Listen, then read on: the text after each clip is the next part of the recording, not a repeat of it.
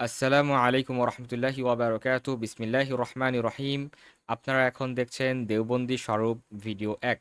এই দেওবন্দি স্বরূপ সিরিজে আমরা দেওবন্দিদের বিভিন্ন আকায়েদ এবং ভুল ভ্রান্তিগুলো তুলে ধরার চেষ্টা করব। তো আপনাদের সামনে এখন যে বইটি রয়েছে সেটা হচ্ছে কুল্লিয়াতে ইমদাদিয়া। লিখেছেন কে? লিখেছেন তাদের শীর্ষতম একজন আলেম, দেওবন্দীদের আকাবিরদের মধ্যে প্রধানতম একজন আলেম, তাদের সাইয়্যিদুত তয়েফা হযরত হাজী ইমদাদুল্লাহ মুহাজিরে মাক্কি। তিনি এই বইটি লিখেছেন।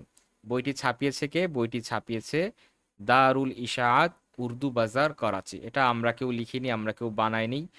এইটা দারুল ইশাআত থেকে ছাপা, উর্দু বাজার, করাচি থেকে ছাপা, পাকিস্তানের করাচি থেকে ছাপা। তো আমরা এখন এই বইটার 18 পৃষ্ঠা দেখব এবং সেখানে দেখব তিনি কি লিখেছেন। সেটা আমরা পড়ব এবং অনুবাদ করব। তো আমরা চলে যাই বইটার 18তম পৃষ্ঠায়।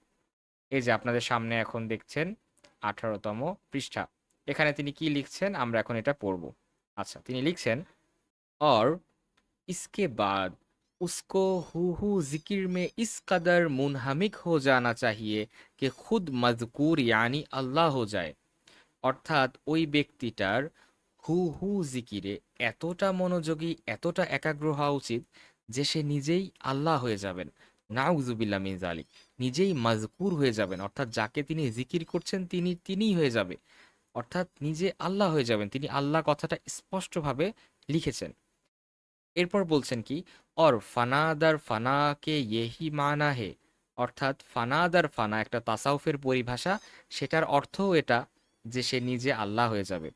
ইস হালাতকে হাসিল হো জানে পর वो सरापा নূর হো जाएगा। অর্থাৎ এই যে স্তর, ফানাদার ফানার স্তরটা লাভ করার পর কি হবে? তার পা হতে মাথা পর্যন্ত নূর হয়ে যাবে। নাউজুবিল্লাহ মিন জালিক। এখন যারা দর্শক শ্রোতা রয়েছেন তারাই বিচার করুন যে এই আকিদাটা কতটুকু বিশুদ্ধ, কতটুকু সঠিক। আসসালামু আলাইকুম রহমতুল্লাহি ওয়াবারকাতুহ।